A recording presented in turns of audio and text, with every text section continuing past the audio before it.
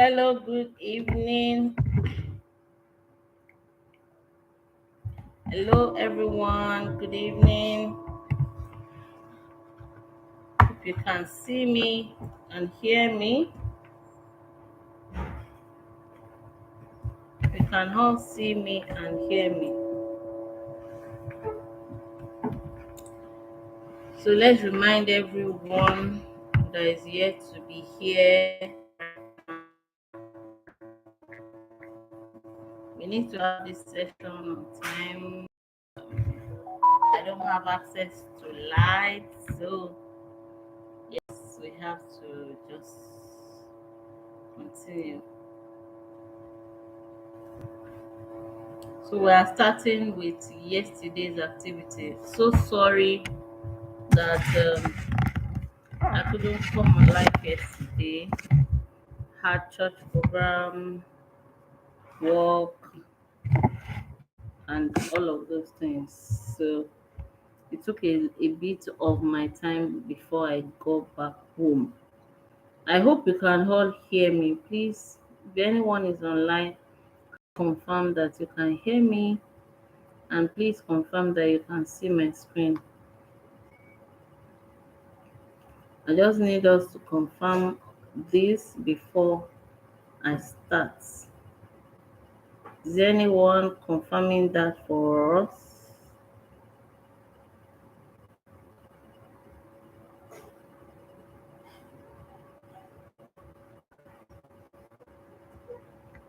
Oh, yeah, so it is day 13 and 14. We have just one more day to go in this challenge.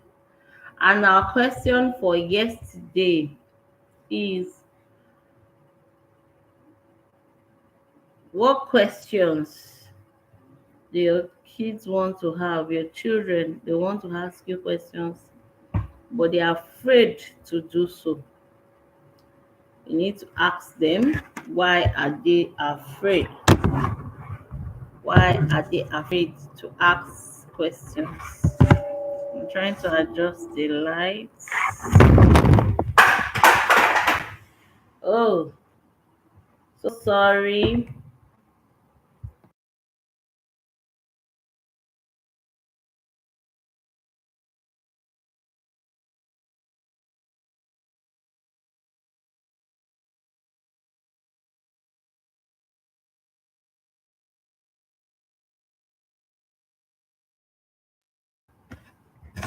Okay, so I think we are back now. Let's try and manage what we have tonight.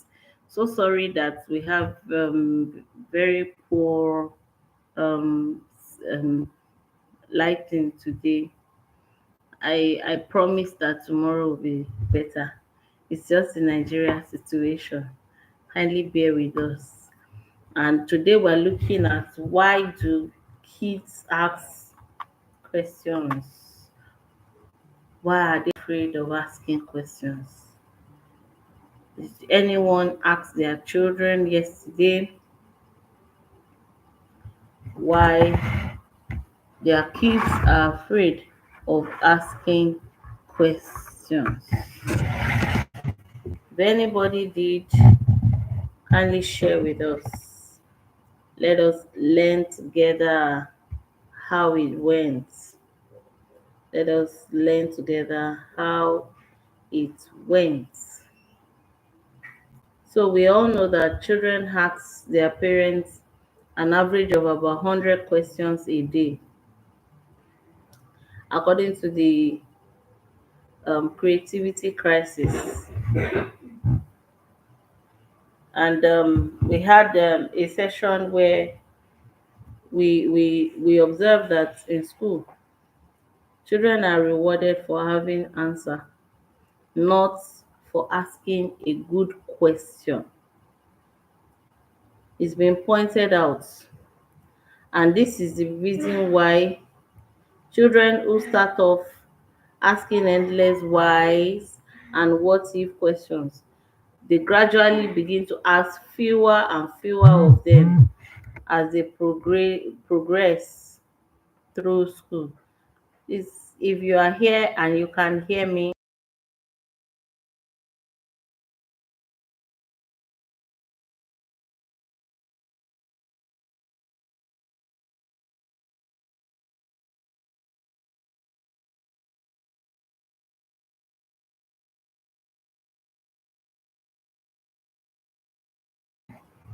So I was saying that an average child, a preschool child, asks averagely about 100 questions every day.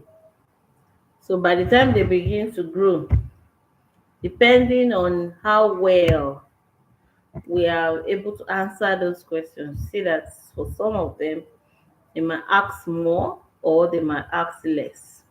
So if you are here and you have children that are already very close to 10, 7, 8, 9, 10 years, and they ask questions a lot, just the way they were asking questions when they were younger. Let us know, do you get tired of those questions? Do you get to respond? So we are saying that a child asks an average of 100 questions every day. Do you actually get to answer all those questions? That's a preschool child. That's a child that is still in kindergarten right now. So it has actually been observed that once you don't respond well to their questions, as they grow older, they will be reducing the number of questions that they are asking you. So when children ask questions, it helps them to create curiosity, helps them to increase their interest in a particular issue. But when they stop asking questions about that issue, it means that they have lost interest, because of course your responses to the ones they have had before now really has a role to play. So it is very important that we all know that questions are key to helping a child develop their brain. That's to tell you what is going on in the brain of a child. And there was a research done by an Harvard child psychologist, Paul Harris, which shows that a child asks about 40,000 questions between the ages of 2 and 5 years. Can you beat that? A 2-year-old to a 5-year-old asking as much as 40,000 questions. And of course, during that span, a shift would actually occur in the kind of questions they are asking. Of course, because they are growing as well. So there's a possibility that a shift will happen at that particular stage. Sorry. Let me know if you can still hear me. Let me know if you can still hear me. I want to be sure that I can be heard. I want to be sure that I can be heard. Please, if you are here, say good evening. You can hear me. So I was saying that according to a child psychologist in Harvard, it was observed that a child between 2 to 5 years asked about 40,000 questions. And during that time, a shift to actually occur, like they change the kind of questions they ask as they grow, from simple questions like what is this, which who has this. Even myself that I have older children, they still ask me lots and lots of questions. They make lots of requests. They ask you to explain a lot of things, and of course their curiosity increases with their age. Remember, we have said before that by 2 years, 80% of a child's brain has been developed. And by 5 years, they would have developed 90% of their brain. So, of course, if that child's brain is actually developing, as we are saying, it is expected that the child should be able to question everything around them. That's when you know that the brain of that child, you know, is working. And of course, as they grow older, like I've said, you know, their questioning actually changes. They begin to request for explanations. So once you say, all right, you're welcome, thank you. Once you say that, oh, what's the name of this particular object, and you have answered them. Let's say the child is just 3 year old. You have answered. By the time they get to 4 year old, they begin to ask, so why is the color of that object, why is it blue, why is it not pink? What, based on their own favorite color, why is this long, why is this not short? That's to tell you that their brain is actually developing. And of course, the more the questions they ask, the faster it shows that the child is experiencing fast brain development. And there have been series of advanced brain scan technology that shows the level of connections, that's brain connections, that is taking place in the brain of a child. So if the child has, let's say, about trillions of connection happen within that first few years of life, it means that those connections will definitely mean that the child will be able to reason, child will be able to develop capacity to question things around them. And of course, this particular technology reveals an explosion in this connection, talking about the synapses. So the neuron to neuron connection that happens in the young child's brain, it happens like a speed of light. So how fast a child is able to develop their connectivity is actually a function of how well the brain of that child is developing. And by 5 years, they have developed 90% the size of the brain of an adult. So they just have 5% to go. And do you know what that means? It means that the remaining percentage that is left between 5 years and 25 years is just a bit. So they can actually begin to reason just like an adult, you know, are reasoning. And of course, as they are making all these mental connections, they begin to seek for more information. They begin to clarify.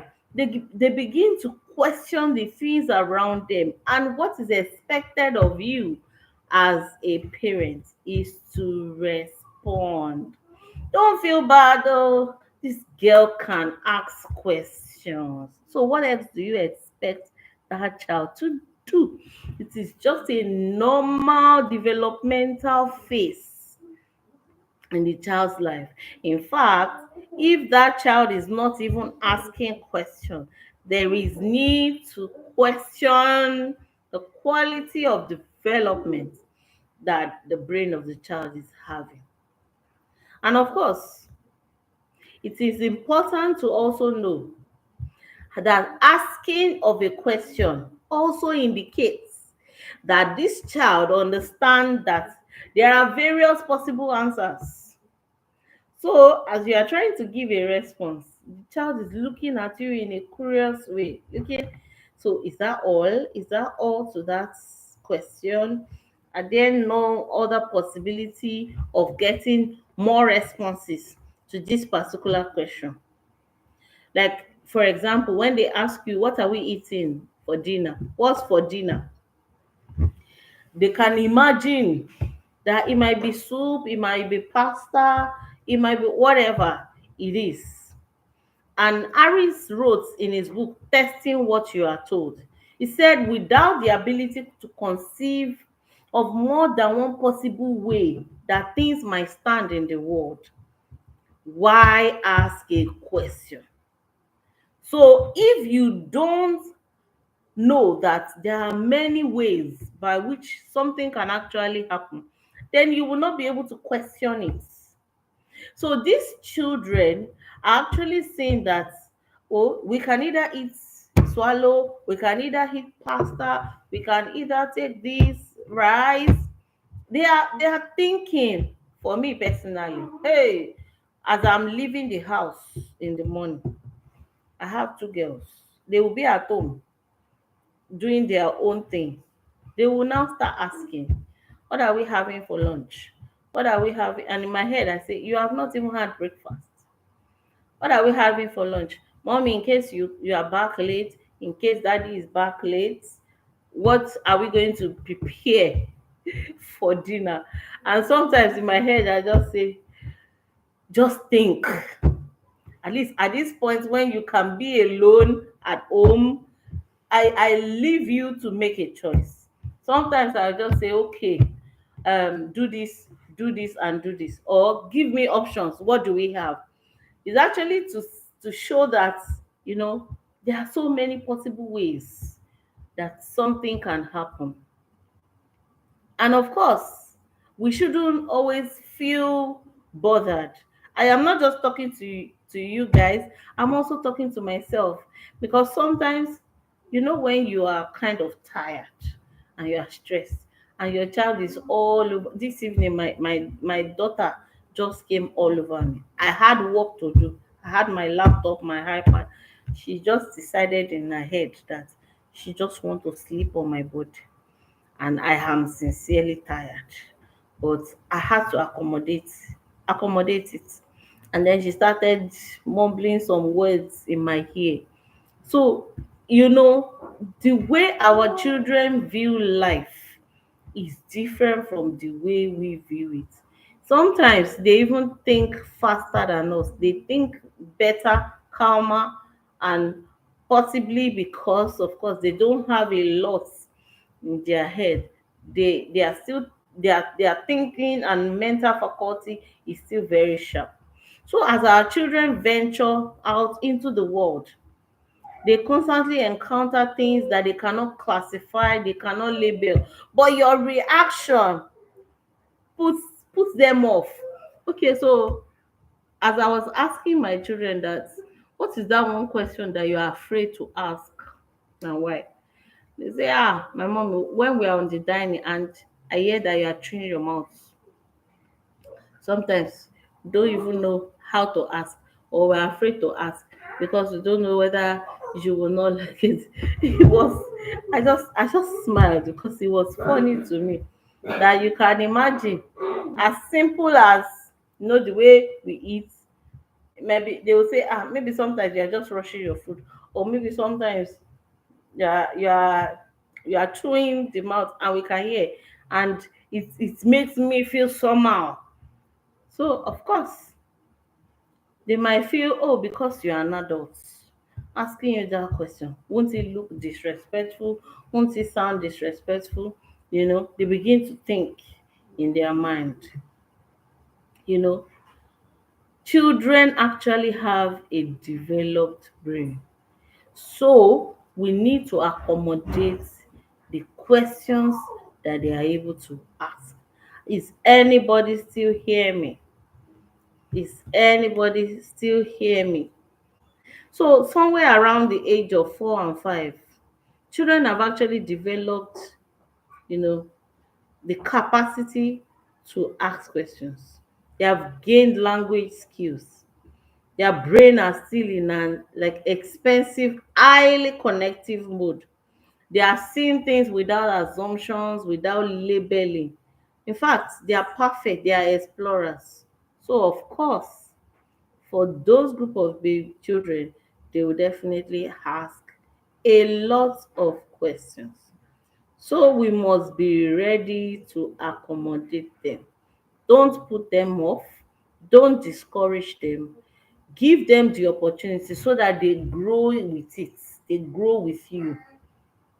If you now feel that their questions are unreasonable, ask them. So sometimes, why do you ask this kind of question? What do you think in your head? What are the things going on in your mind? Ask them those questions. Don't just assume, and don't think they are stupid for asking those questions, because a lot of time this is what we think. So on that note, I'm going to stop, and then we go to day 14. Day 14. What are those chores that our children do not like to do, and why? So our chores are actually a great opportunity to help teach our children responsibility, responsibility, and of course the benefit of engaging in tasks that benefit everyone, benefit the whole family, benefit the whole community, as the case may be. So this would actually allow our children to learn independent living skills. That is why chores are important. They will need these skills in the future. Sweeping the floor, mopping, doing laundry, cooking. I was asking my first daughter, what is that one chore that you really don't like to do? She said washing clothes. It was very funny because of course you got to wash the clothes. And I said we can use washing machine all we want, but we need to also factor the fact that there are times that the washing machine might not be available in the future.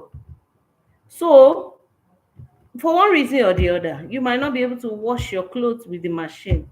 Why don't you explore learning how to wash it now with your hands? It's good to learn those diverse skills, not just to come, put the clothes in, load the clothes in the machine, press the buttons, put the soap, and that's all. These things help our children to develop skills needed to navigate their world. So the sooner we start working on these skills, the better. My second daughter does not like to sweep. So any day that she's sweeping, it is a tug of war. Any day that she's supposed to be, that she's on the one on the timetable for sweeping, is a tug of war. It's something that she doesn't like to do. But of course, she needs to do it because doing chores at a young age increases competence. It increases competence. It increases self-confidence. It even gives a sense of belonging in an environment where you are. Oh, today I have to be the one to mop the floor. I have to be the one to sweep the house. I need to make sure that these places are clean. And we all know that chores vary with age. So at what age can we actually start? For younger children between 3 to 5, they can begin clearing their plates at the table. Once they finish playing with their toys, they clear it.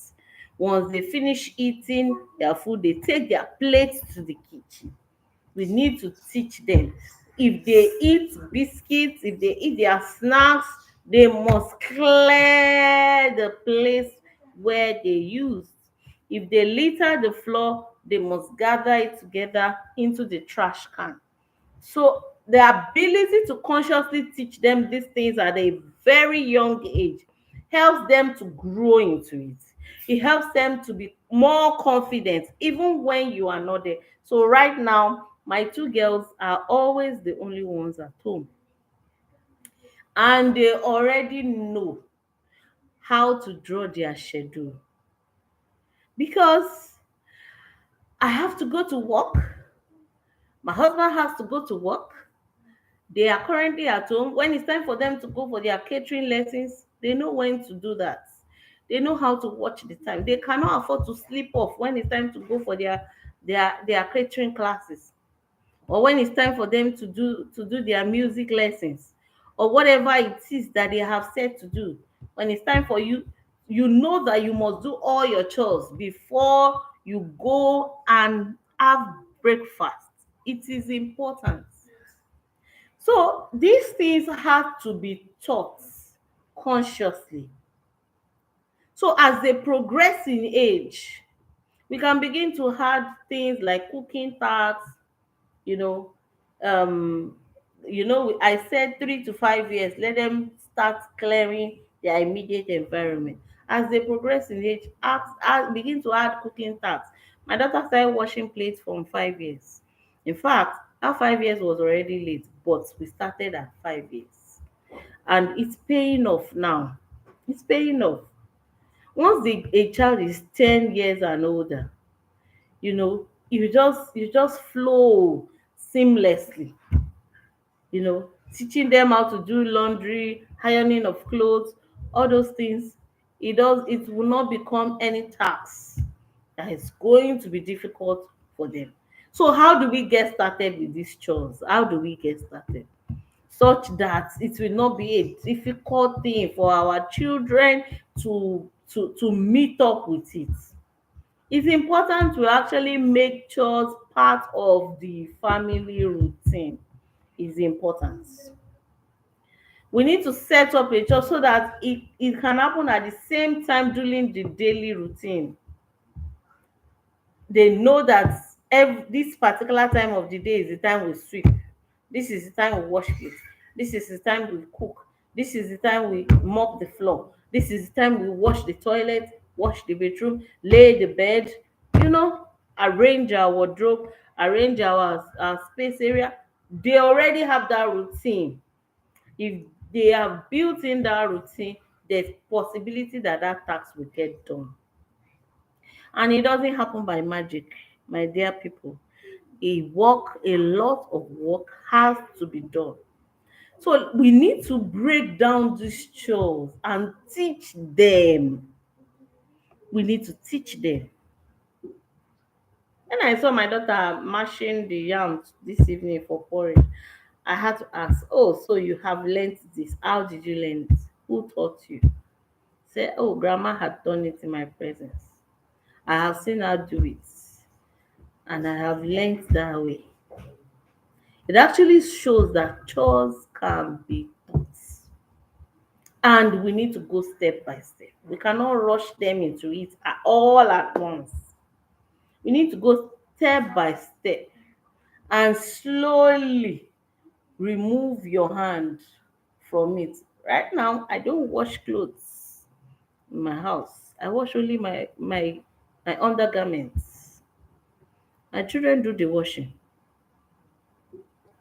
The ones that we know are very heavy, we try to give them sometimes to the dry cleaners, sometimes we assist them through it. But they have made it an habit. I don't think about sweeping the floor, or what do we call it? Washing of plates. Those things have become like, or cooking rice. There are some things that I don't think I just come, the food is ready, I eat. She has made the food. So that's the way it is. Gradual, we have to slowly fade our own engagement gradually. If you have actually done the teaching, so you can start with a small part of the bigger chore. Don't just push everything to them at once. Start gradually.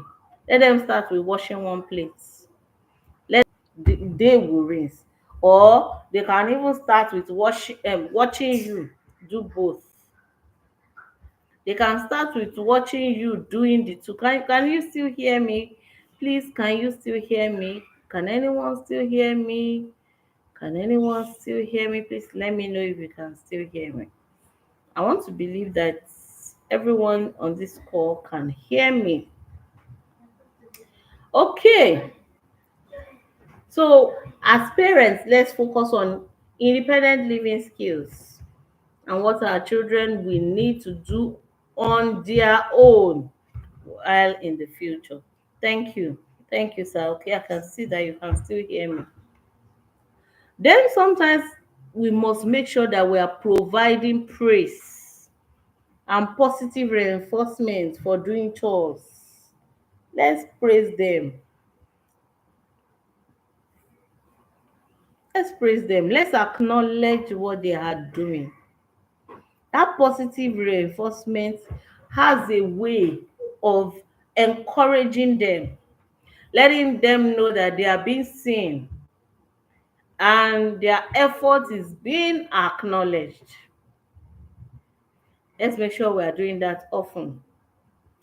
It doesn't have to be like giving them gifts, giving them allowances every time they do a chore. No, if you continue to do that, the child will become entitled. So for me, it is totally discouraged. If you really want to get your child to do chores, there's a way to go about it. But if you live on the edge and say, if you wash the plate today, I'll give you 1,000 naira. So, and if you start giving that 1,000 naira for every time the child was washing plates is expecting 1,000 naira, no, it is not right. We shouldn't do that. We need to use praise will help them. Delayed gratification, can have a timetable or a sticker chart. You can have a sticker chart, give them stickers. I think my children also love stickers, even though I don't give a lot of stickers, but I have books. I buy books for them sometimes that have stickers, so they get those stickers from me. So let's teach them that doing chores helps to provide consistency to what they are supposed to do. Now, what happens if they refuse to do their chores? It's time to provide a consequence. It's time to provide a consequence. If you actually set up a chore chart, so the person that's supposed to sweep today did not sweep, the person that's supposed to wash plates did not wash plates, then whatever it is that you're supposed to give that child, the child does not get it. No praise, no stickers. If it is rewards that you use in your family, no rewards. And for the older kids and the adolescents, you can remove some of their privileges, like not allowing them to be on screen, not giving them the opportunity to do some things. So it is very important that they know that if they refuse to do chores, they would have to bear the consequence. So on this note, let's make sure that we make our children master the chores. Master it. They need to master it. Please take it slowly with your child. Make sure your child feels positively about chores before adding complicated tasks for them. Start little and they grow into it. Thank you, everybody. Do I have any questions? Any questions for me? Do I have any questions? Any questions? Any questions? How has the session been? Everywhere. The chat room is so quiet. So quiet. Are we getting it? Or we are still thinking about it? I believe I have not left you confused.